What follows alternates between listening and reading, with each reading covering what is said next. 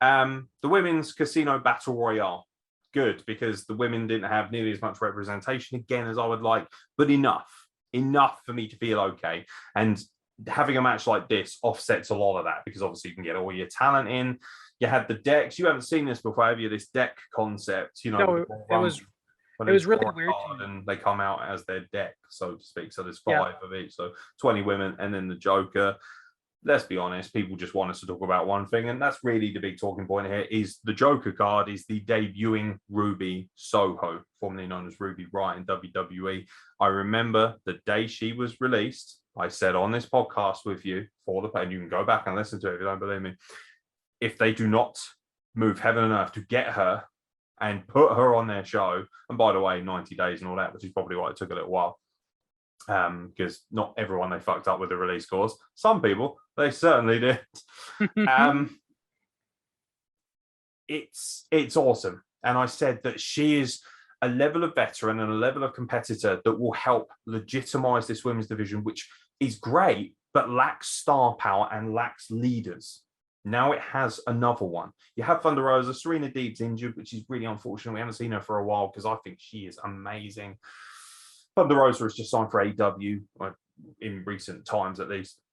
But this match was fun, and they renewed loads of great rivalries. You know, you had Anna Jay and Taynara Conti going after the Bunny, and you had Jay Cargill flexing herself. You know, Red Velvet kind of getting in the mix, and especially with Jamie Hayter as well, because there's that kind of afters with Britt Baker, and they've tied up loads of great loose ends and little rivalries really nicely that a lot of these women have not really had enough TV time to show off, unless you count the YouTube shows, which I don't, because I don't have time to watch them. And even if I did, I just don't feel like they're produced in the same way Dynamite is. It's not television. It just feels like here's a house show with a fuck ton of matches and jobbers. And it's like, I'm not going to sit and watch that. I don't have time for that.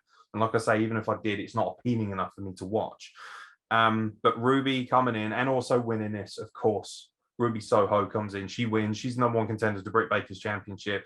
First of all, awesome, Ruby Soho. I assume you love great that choice. because I watched it with you. So Absolutely great choice. the other kind of question is, you know, does she go straight in and win the belt, or does she have a highly competitive long-term rivalry with her, hopefully, and then we move on to maybe the next person who might have the potential of dethroning Britt Baker? Maybe I think they might have a good long rivalry. I hope, because I think Ruby Soho could help Britt Baker improve leaps and bounds. And don't get me wrong, Britt Baker's much better than she was. Like, I think we've seen the development from when she was first signed to now. It's night and day. But Ruby Soho is one of those, like you say, those veterans that can lead her into an incredible matchup. I'd like to see them go at it more than once. I I don't know if Ruby needs to win it immediately. I would like to see it at some point, but I think we'll probably get a highly competitive matchup. Britt will win, and then maybe they'll trade it back. But the battle royal itself was really cool to see a lot of women get their shit in. Like, it was actually a really good showcase of what their women's roster can do when they get more than 2 minutes a fucking night. Yeah. I don't really have much else to add. Excellent, really good. A nice long match as well. Good 20 sort of minutes or so. Everyone looked fantastic. Nobody really came out. Nice to see Sky Blue, by the way, making a pay-per-view debut. I know she was on Dark, but again, not many people watching. And also in front of her hometown.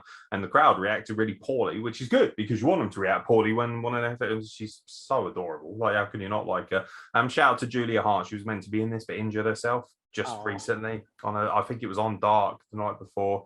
And sadly, not good to go for this match, which is a shame. But she's beautiful. She's young. She's talented. Got plenty of time. She's got plenty of time. She's a young star in the making.